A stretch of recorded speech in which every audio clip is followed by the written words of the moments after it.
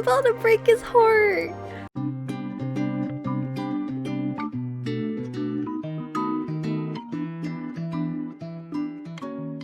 Hello, Aromas. This is Aromie here. Welcome back to our life. We are here, still in step 2, trying to head into step 3.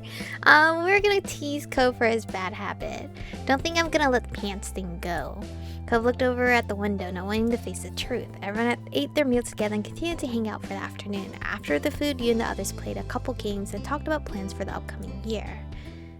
The time passed by quickly, and soon it was time to part ways. Mr. Holden talked to your moms, and Cove drifted over to you, knowing that as soon as his dad finished up, he would be leaving. It'd be cool to stay, but we have some stuff to do before everything closes today. Okay. Yeah, bye. Could you move? I need the phone. Cove raised the eyebrows, and Elizabeth impatiently gestured behind him. Cove realized he was standing right in front of where the receiver was placed. He sidestepped out of the way and shook his head, clearly thinking Elizabeth was rushing too much. Your sister made a beeline for the phone and started dialing the number of what you figured was one of her friends. Knowing Elizabeth, she was going to be on there for a while. You, Cove, and Derek shuffled closer to the door. It seemed like Mr. Holden was wrapping up his conversation, so everyone started saying their various farewells. Talk to you later. See you later, Cove. We gotta do this again sometime. Yeah, see you. Cove turned to you and smiled slightly. No, don't leave! Bye, Michiko. You hugged Cove goodbye. You patted Cove on the back, you nudged Cove's shoulder, you ruffled Cove's hair, you waved. No fucking hug. You stepped forward.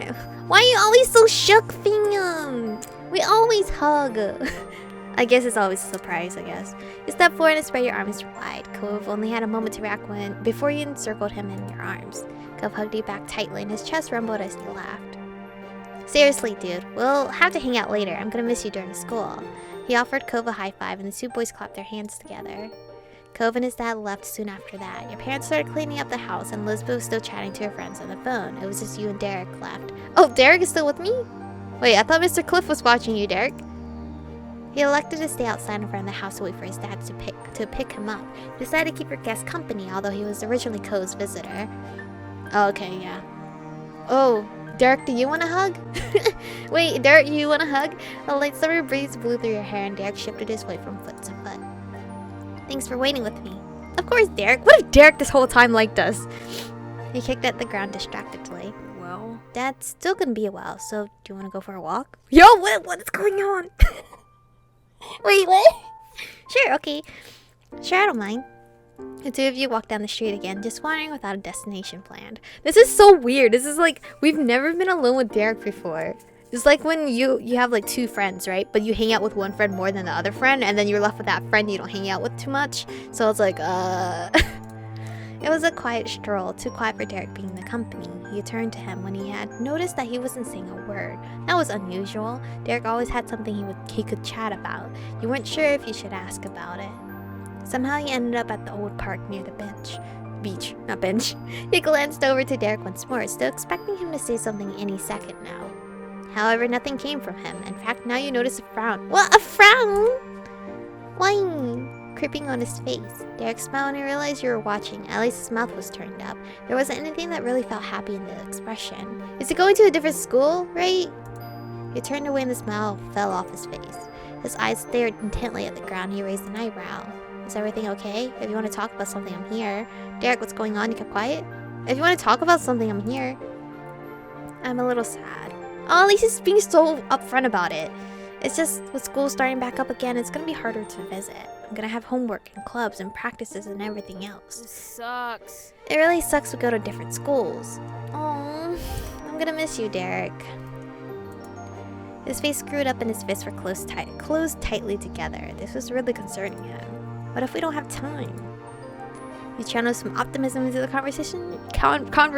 You shared those worries. Usually I try to look at the brighter side of things, so let's channel some optimism.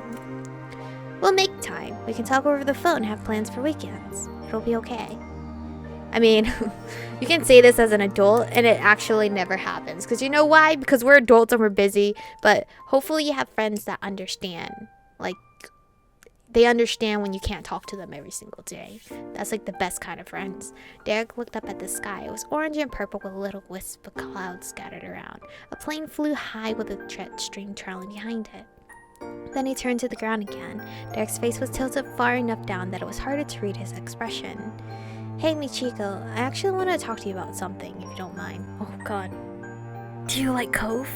Do you like Elizabeth? I'm kidding. I don't. It's probably like nothing like that. There was a pause and he waited for him to finish his thought. Sorry. I was just kind of wondering, do you like guys at all? Whoa, whoa, whoa, fat white. Whoa. Yes, I do. Like, would you ever want to be with someone who was a boy? Sorry if that's weird to ask. I could be with a guy. Maybe, I don't know. You didn't answer him. I kind of don't want to talk about that. No, I could be with a guy. Okay, then. Yo, wait. Derek, chill out. Chill out, chill out. He hesitated before finishing his question. So. Oh my god, Derek, please chill out. Chill out. So, what I mean is, just, is there any guy you think is kind of cool that you like around here? Not at school or anything like that. Oh! Oh, I did not expect this whatsoever. Oh no. He ducked his head further. He thought about it. I could say I like you? Mr. Holden! Well, I like Cove. There are a lot of guys I think are cool. Not right now. I don't really want to say that. No! No, I'm about to break his heart.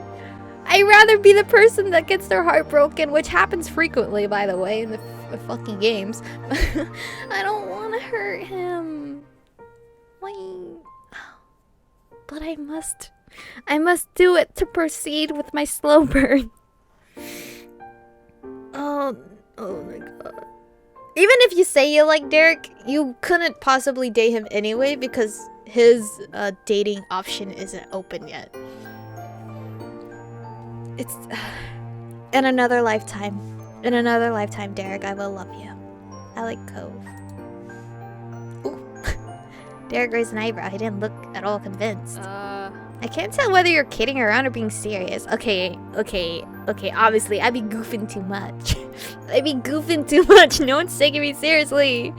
I really didn't think you with Cove. Derek started to mumble to himself, sounding very confused. Maybe she didn't really get my question? Wait, Derek, what do you mean? So Derek pulled himself together, somewhat meek. Wow, he is so brave for like, nah, she's stupid. She has to be stupid. Let me redo this. Somewhat meekly, he looked at you while he tried to project confidence. His posture was too tight for you to believe it. He was nervous. Alright. You know, thinking ahead and everything is important. You've got to get yourself a game plan and all that. It's gonna make plans, especially backup plans. He babbled all full of energy and forced gusto. Well, anyways, I heard about this thing where people make pacts with their good friends that if they don't find anyone else, then they get together. Dude, Derek, where did you hear that? Where did you hear that? You're so fucking cute. I really feel like Derek would be my soulmate because like we like so many things in common. Together. Like, they get married and stuff. Oh, for Derek to think like this. So, oh, fuck, you're so cute. I was thinking, since it's good to have plans, it might be cool if we did something like that. His eyes widened, he had started to make frantic hand gestures. Just, then we'd never have to worry about the future or finding someone. We can set it like a whole decade in the future, forever from now on. Or forever from now, sorry.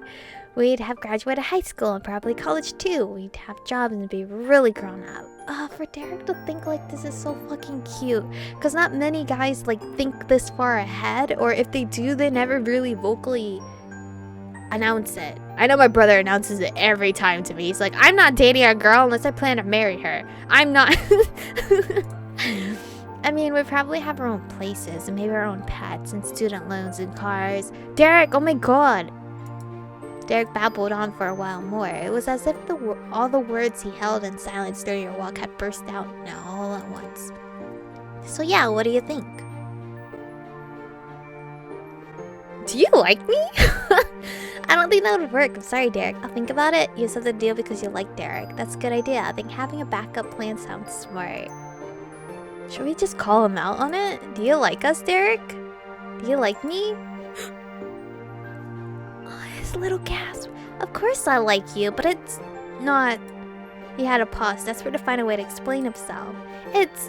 Well, You don't have to think about that kind of thing right now. It's better to worry about all that later when we're grown up. What do you mean? That's why it's a good idea to have a plan, you know? And well, honestly, I think you and me would work out the best for that. So... Yo, you're just dodging my question. Okay, that's a good idea. I think having a backup plan sounds smart, you know, in case Cove and I break up somehow. And that will be on my fault because, you know, we're technically controlling his likeness for us. That's a good idea. I think having a backup plan sounds smart. Really? But this is also leading Derek on, so do not do this. Really awesome. We still have yet to meet the other contender, which I feel like that other contender might be up more of my alley compared to like Derek and Cove. Sorry, Cove. Derek brightened significantly and started to bounce excitedly on the balls of his feet. Okay. Okay, then let's do it. He held out his hand as if offering a handshake. Officially, he repeated the terms of the deal. Oh, wait, what? If in 10 years, I, Derek Suarez, am still single, and if in 10 years you, Michiko Melody, are still single, we both agree that the two of us will get together. My heart hurts. Oh my god. In 10 years, it would be like 23, right? Because they're 13 here? Or no? Derek, please find someone. Derek, please find someone. Please find someone. Please find someone. You took his hand and shook it firmly as Derek beamed. Thank you. I feel better about the future already. I guess it's working out. Oh, please find someone, baby boy. He laughed and scratched the back of his head. You could tell he was giddy about this and he felt happy too. Or maybe please forget about this promise. You didn't spend much longer at the park after that. Derek didn't want to miss his dad, so you both made your way back to your street. Derek's steps forward seemed lighter than before. After Derek went back home, he decided to settle in for the night. Stretching your arms over your head, you noticed that the living room and phone were free. You called Lee? I could call Lee! She hasn't been here in a hot second, so we could call Lee. You picked up the receiver and quickly punched in the familiar number while going to take a seat on the couch. Soon enough, after explaining the situation to the housekeeper, Lee answered. Hey! The housekeeper? Fancy! Hi Lee, can you talk? Definitely, we practically have to. My gosh, can you believe it's almost time for school to start? What happened to our summer? School starts first thing tomorrow for me. Ew. And I thought starting next week was bad enough. Enjoy your last week. Oh, I will. I hope you'll survive your first day. Me too, I need a good year. Ditto. Yo, do you remember saying ditto? Does anyone say that anymore? And at least summer was nice while it lasted, right? We were busy. Yeah. Finally, you thought about all the best memories you had made this summer. Lee was there for some, but there were still many you hadn't filled her in on yet.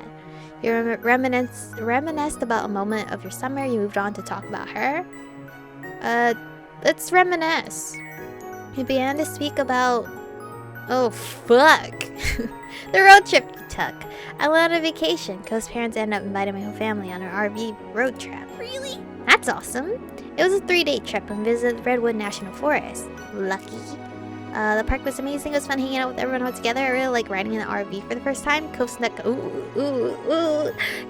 up into the loft while where I was staying. What? Co did what? Wait! Start at the beginning! It took a while until you stopped laughing for Lee's reaction long enough to tell her every detail of the story. She excitedly squealed more than once. I can't believe you've been holding out on me with such a juicy story. Oh, you don't even know. I haven't even started with the Derek one yet. Nothing really happened. Pfft, keep telling yourself that. You had to keep me updated on what happens next. It was hard to focus on what she was saying. Your face was probably red right now, just thinking about what happened.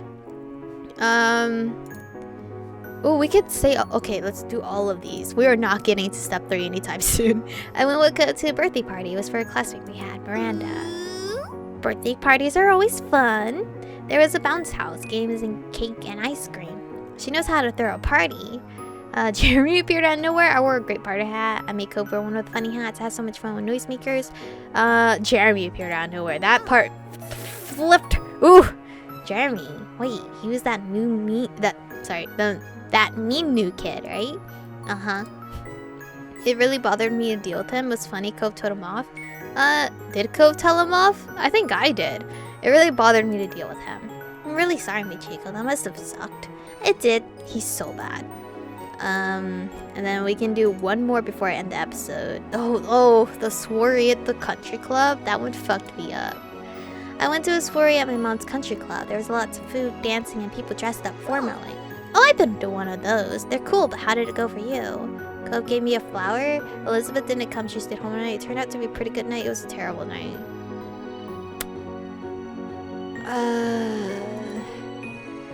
Honestly, I feel like it was terrible. But what would that do to my storyline? Whatever.